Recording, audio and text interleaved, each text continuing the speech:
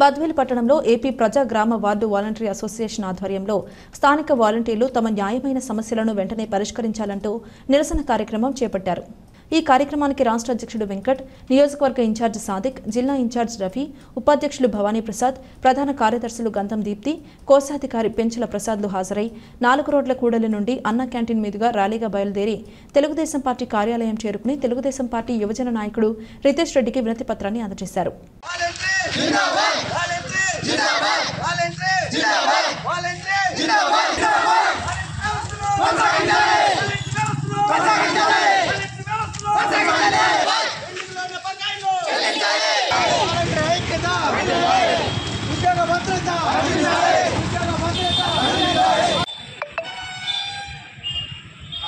ఆంధ్రప్రదేశ్లో ఈరోజు వాలంటీర్ల యొక్క పరిస్థితి ఏ విధంగా ఉంది ఏంటనేది గత 4-5 నెలల నుంచి కూడా చాలా కష్టపడి 2,60,000 మంది మా వాలంటీర్లందరూ కలిసి కూడా ఒక యూనియన్ అనేది ఏర్పాటు చేసుకోవడం జరిగింది.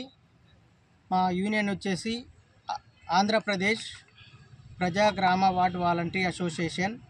మా అసోసియేషన్ పరంగా ఈరోజు రాష్ట్ర వ్యాప్తంగా ప్రతి ఒక్క జిల్లాలో ప్రతి ఒక్క వాలంటీర్లు ఎమ్మెల్యే గారిని కలిసి మా యొక్క వినతి పత్రాలు ఇచ్చి మా యొక్క ఉద్యోగ భద్రత కల్పించి అలాగే కూటమి ప్రభుత్వం మాకు ఇచ్చినటువంటి హామీని నెరవేర్చే విధంగా 10,000 రూపాయలు జీతం చెల్లింపు చేయాలని, అలాగే మాకు పెండింగ్లో ఉన్నటువంటి బకాయింపులను త్వరగా చెల్లించి గత 4-5 నెలల నుంచి కూడా జీతాలు రాలేదు, గౌరవ వేతనాలు.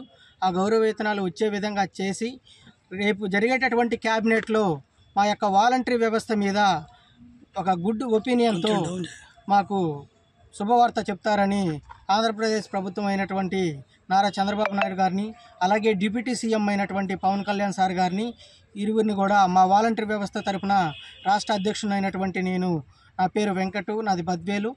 ఓకే అండి. సో కాబట్టి మా వాలంటీర్లు చేయాల్సిన పనులన్నిటి కూడా గత 3-4 నెలల నుంచి సచివాలయం సెక్రటరీల ద్వారా చేపిస్తున్నారు. ఇది ఎంత మాత్రం పరిణామమో మీరు ఒకసారి ఆలోచించాలి. గత 5 సంవత్సరాలుగా మేము కరోనా సమయంలో కూడా ఫ్యామిలీని సహా వదిలేసి జనాల కోసం, ప్రభుత్వం చెప్పిన మాటల కోసం మేము పనిచేసాము.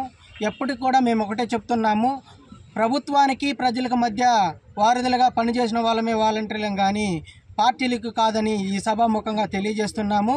కాబట్టి మాకు ఇచ్చినటువంటి హామీని నెరవేర్చి ఉద్యోగ భద్రత కల్పించి రాజీనామా చేసిన వాలంటీర్ల మీద మన మంత్రి పార్థసారథి గారిని కూడా కలవడం జరిగింది. నేను జరిగినప్పుడు సార్ ఏం చెప్పాడంటే, రాజీనామా చేసిన వాలంటీర్ల మీద కమిటీ వేస్తామన్నారు.